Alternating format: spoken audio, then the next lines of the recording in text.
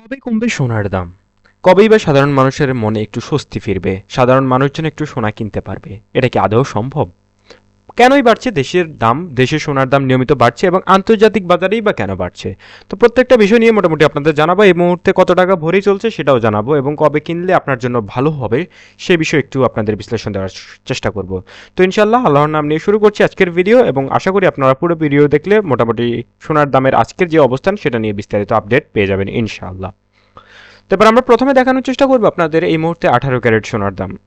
18 ক্যারেটের প্রতি গ্রাম সোনার দাম 17,395 টাকা এবং প্রতি একনা সোনার দাম 12,681 টাকা এবং এক ভরি সোনার দাম এই মুহূর্তে 2,02,895 টাকা।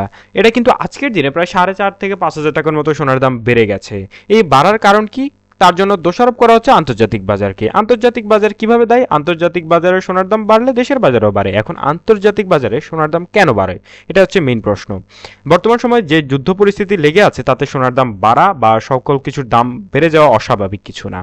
তবে সোনার দাম মূলত বাড়ার একটা অতিরিক্ত কারণ হচ্ছে সেটা হচ্ছে বিভিন্ন দেশে মূলত সোনাকে মজুত করে রাখা হচ্ছে।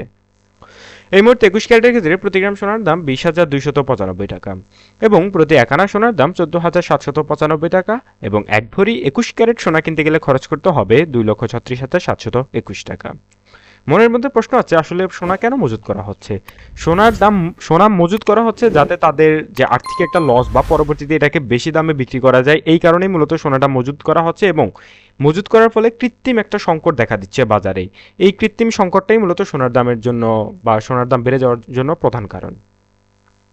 এই মুহূর্তে 22 ক্যারেটের ক্ষেত্রে প্রতি গ্রাম সোনার দাম 21,260 টাকা এবং প্রতি এক আনা সোনার দাম 15,499 টাকা এবং এক ভরি সোনা কিনতে গেলে বর্তমানে খরচ করতে হবে 2,47,977 টাকা। তো এই ছিল মোটামুটি সোনার দামের সকল ধরনের আপডেট। সোনার আপডেট পেতে অবশ্যই আমাদের চ্যানেলটা সাবস্ক্রাইব করে রাখবেন।